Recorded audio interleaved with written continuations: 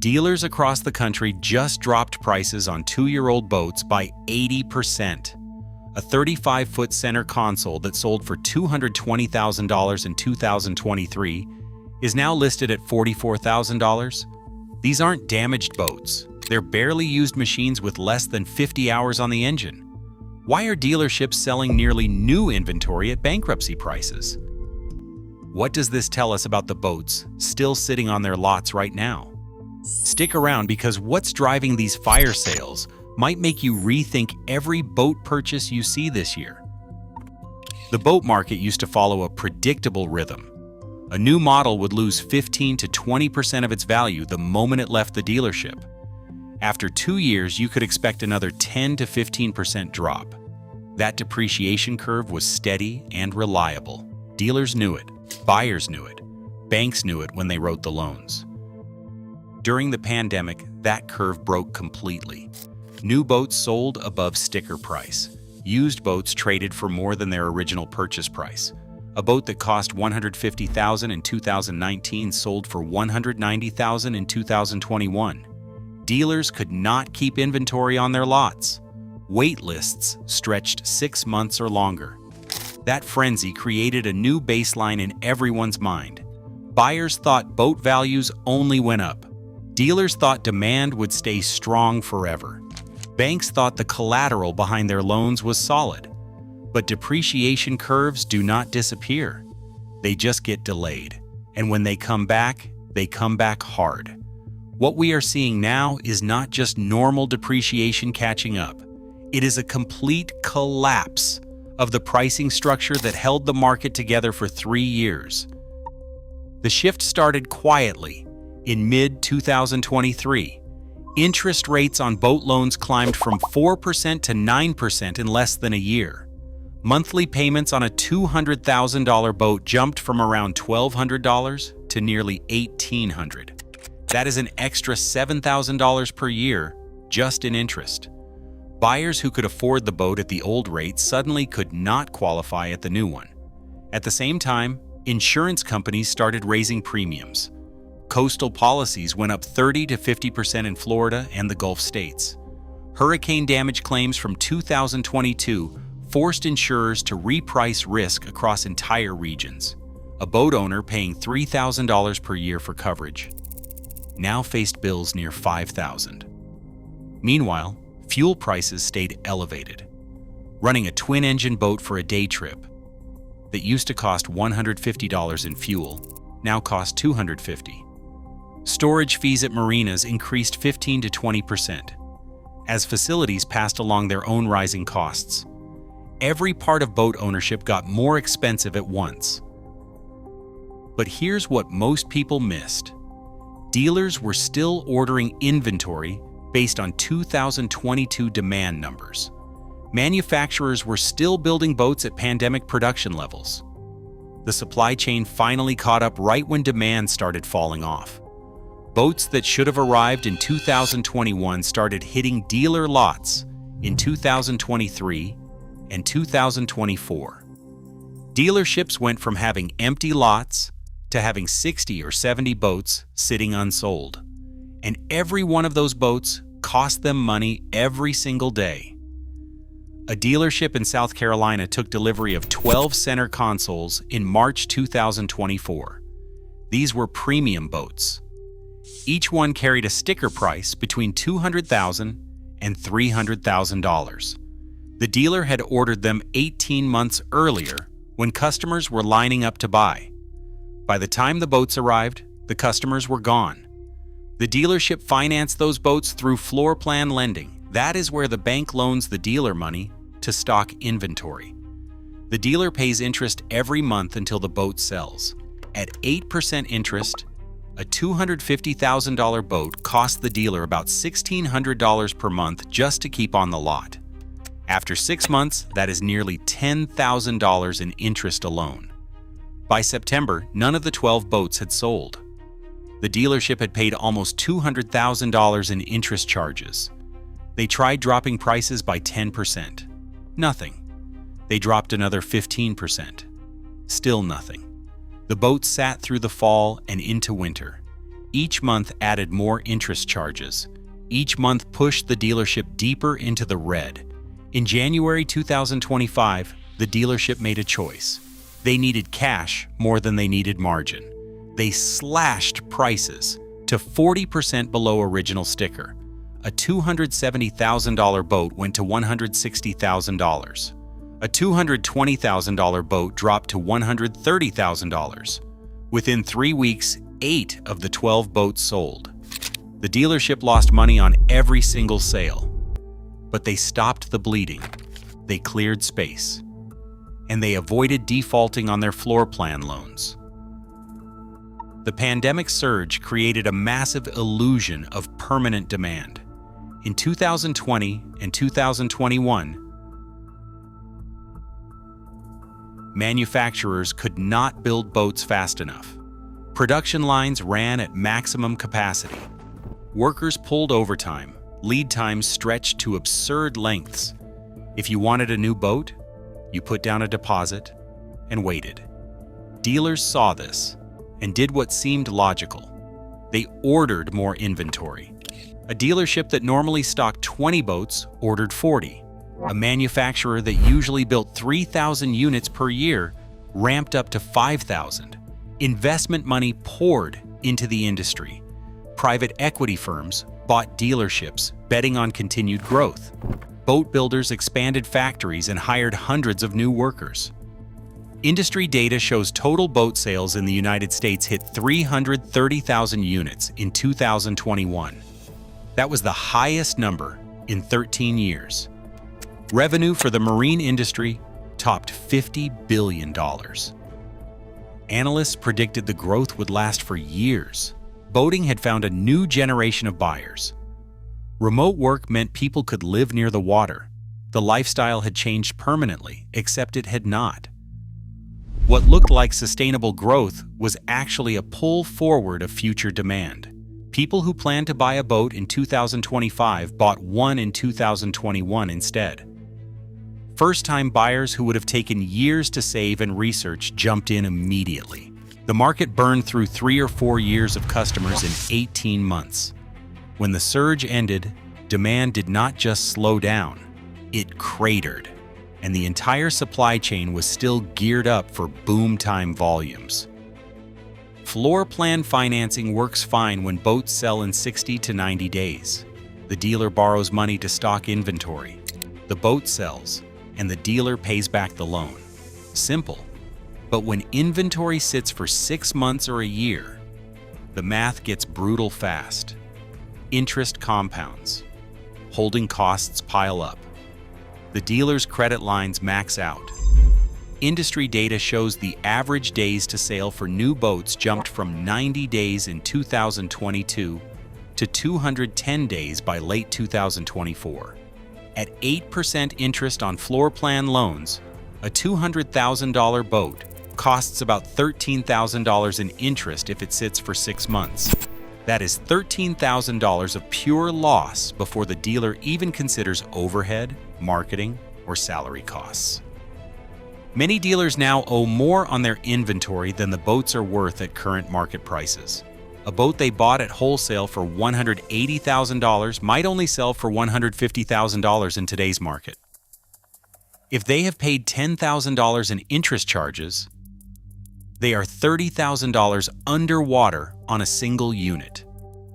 Multiply that across 20 or 30 boats, and you understand why dealerships are closing. Banks started pulling back in mid-2024. Floor plan lenders reduced credit limits. Some dealerships that had $5 million in available credit saw that drop to $3 million. Others lost their credit lines completely. Without financing, dealers cannot stock inventory. Without inventory, they cannot sell boats. The spiral accelerates. More dealers default. More banks get cautious. More credit disappears from the market. Modern boats aren't simple machines anymore. A new center console comes with digital displays, integrated electronics, joystick controls, multiple batteries, complex wiring harnesses, and proprietary software. All of that technology adds capability, and it also adds failure points. When something breaks on these boats, repairs get expensive fast. A single multifunction display can cost $4,000 to replace. The joystick control module runs $3,000. If the main wiring harness develops a fault, you are looking at $8,000 to $12,000 in labor alone. Parts often take weeks to arrive because they are made overseas or because they are custom to specific model years. Service departments cannot keep up with the repair backlog. A typical marine dealership might have 2 or 3 technicians. They are booked out 6 to 8 weeks in advance. Warranty work from manufacturers pays less than customer repairs, so dealers prioritize paying customers. That leaves warranty boats sitting even longer. Owners get frustrated. They stop using the boat. They fall behind on payments. The cycle continues. The complexity also scares off buyers. Someone shopping for a used boat sees all the screens and electronics and worries about what happens when something breaks. They know a 10-year-old boat with modern electronics might need $20,000 in updates or repairs. That fear keeps them from buying. It keeps values depressed, and it makes those 80% off boats sitting on dealer lots even harder to move. Nobody wants to inherit someone else's technology problems. Different segments of the boat market are feeling different pressures. Center consoles took the biggest hit. These fishing boats surged in popularity during the pandemic.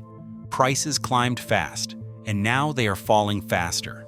A 33-foot center console that sold for $250,000 in 2022 now lists for $140,000 today. That is a 44% drop in 2 years. Pontoon boats held value slightly better, but still suffered. The entry-level market stayed relatively stable because buyers in that range are not as affected by interest rate swings. But premium pontoons with triple outboards and luxury features fell hard. A $50,000 pontoon from 2022 might bring $35,000 now. Bow riders and runabouts saw moderate declines. These boats appealed to families and casual users. That market thinned out as household budgets tightened. A $40,000 bow rider might sell for $30,000 today. The percentage drop is not as dramatic, but it is enough to hurt dealers sitting on inventory.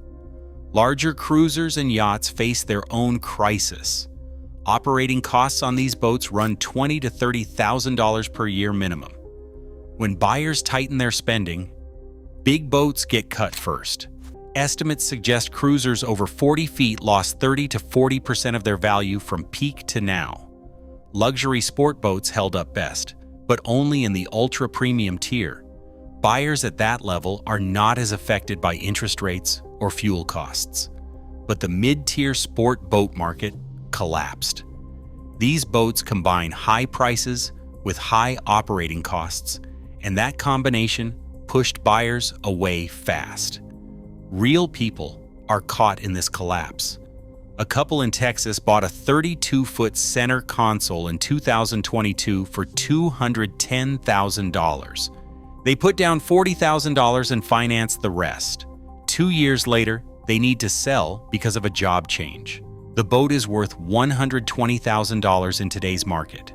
They still owe $155,000 on the loan. They are underwater by $35,000. They cannot sell without writing a massive check. They cannot afford to keep paying. They are trapped. A family in Michigan financed a pontoon boat at 9% interest. Their payment is $850 per month. Insurance costs another $300 per month. Marina fees add another $200. That is $15,000 per year to own a boat they use 12 times per season. They want out, but selling means taking a $15,000 loss. They keep paying and hope values recover. Service backlogs are crushing owners too. A boat with an engine problem might wait 2 months for parts. During that time, the owner still pays loan payments, insurance, and storage fees. 3 months of payments with no use adds up to $4,000 or $5,000 of pure cost. Some owners just walk away. They stop making payments and let the bank repossess the boat. That decision destroys their credit for years, but it ends the financial bleeding immediately. Marinas are feeling the pressure too. When boat sales collapse, marina traffic drops. Fewer boats on the water means fewer transient customers, fewer people buying fuel, and fewer people paying for slip rentals. Marinas along popular cruising routes saw traffic fall 20 to 30% from 2022 to 2024. Service yards have the opposite problem. Their bays are packed with boats waiting for repairs. But many of those boats have owners who cannot afford to fix them. The boats sit and sit. Yards cannot charge storage forever. Eventually, they put liens on the boats and auction them off. That floods the market with more cheap inventory. Prices drop further. Storage lots are filling up with repossessed boats. Banks do not want to own boats. They are not in the marine business.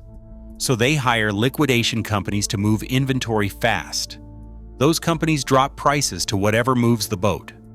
A bank that repossessed a $180,000 boat will accept $90,000 just to clear it off its books. Those sales set the market floor even lower. Coastal towns built around boating are struggling. Dealers closing means jobs lost.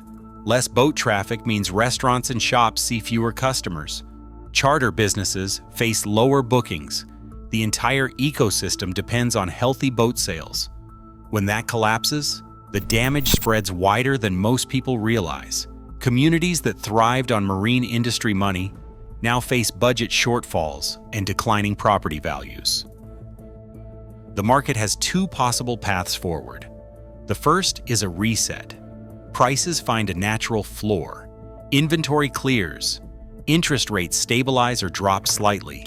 Dealers adjust their ordering to match realistic demand. Buyers who sat out the chaos return when they see real value. The market rebuilds slowly and sustainably. Sales will not hit pandemic numbers, but they stabilize around historic averages. This path requires pain first. Dealers take losses, some close. But the survivors adapt and the market heals.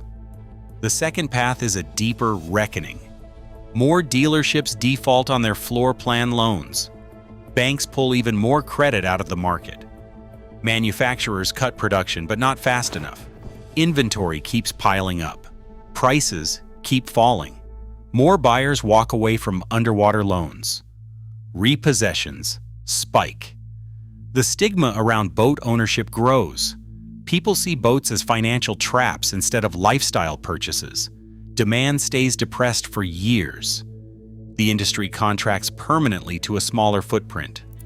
Which path we take depends on the next 6 months.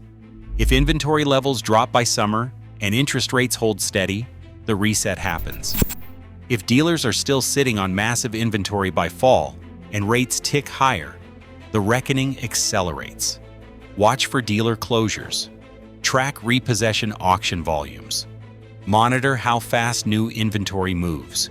Those indicators will tell you which future is coming. Right now, the industry is balanced on the edge between recovery and collapse. If you are watching this market, here's what to track. First, look at inventory age. If dealers still have boats from 2023 sitting on their lots by spring 2025, that is a bad sign. Inventory should turn over in 6 months maximum. Anything older means serious distress. Second, watch auction prices. Repossessed boats set the floor for the entire market. If auction values keep dropping month after month, the bottom has not hit yet. When auction prices stabilize or tick slightly upward for 2 or 3 months straight, that signals the floor is forming. Third, monitor dealer closures. If dealerships keep shutting down through summer, the industry is still contracting. When closures slow and new ownership groups start buying distressed dealerships, that shows confidence returning. Fourth, track interest rates. If marine lending rates drop below 7%, buyers return. If rates stay above 8%, demand stays weak. That threshold matters more than most people realize. Fifth, watch manufacturer production numbers. When builders cut output to match realistic demand, instead of trying to maintain pandemic volumes, they are accepting the new reality. That acceptance is necessary for recovery to start. Until then, new boats will keep flooding into an already saturated market. These signals will not predict the future perfectly, but they will tell you whether the market is healing or still getting worse. Picture a marina at dawn. Rows of boats sit silent in their slips. Some have not moved in months.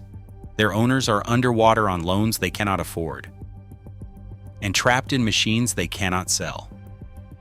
Across the harbor, a dealership lot holds 30 boats under bright flags that promise incredible deals. The boats are beautiful. The prices are staggering. But the reason behind those prices reveals an industry in crisis. The 80% discounts are not generosity. They are survival. Dealers are choosing between taking massive losses now or going bankrupt later. The boats flooding the market at fire sale prices are not creating opportunity. They are symptoms of a system that expanded too fast and contracted too hard. What happens next depends on whether the market can find a floor before more dominoes fall. If this breakdown opened your eyes to what is really happening in the boat industry, hit subscribe. We track the signals other channels miss, and we will be here watching when the next wave hits.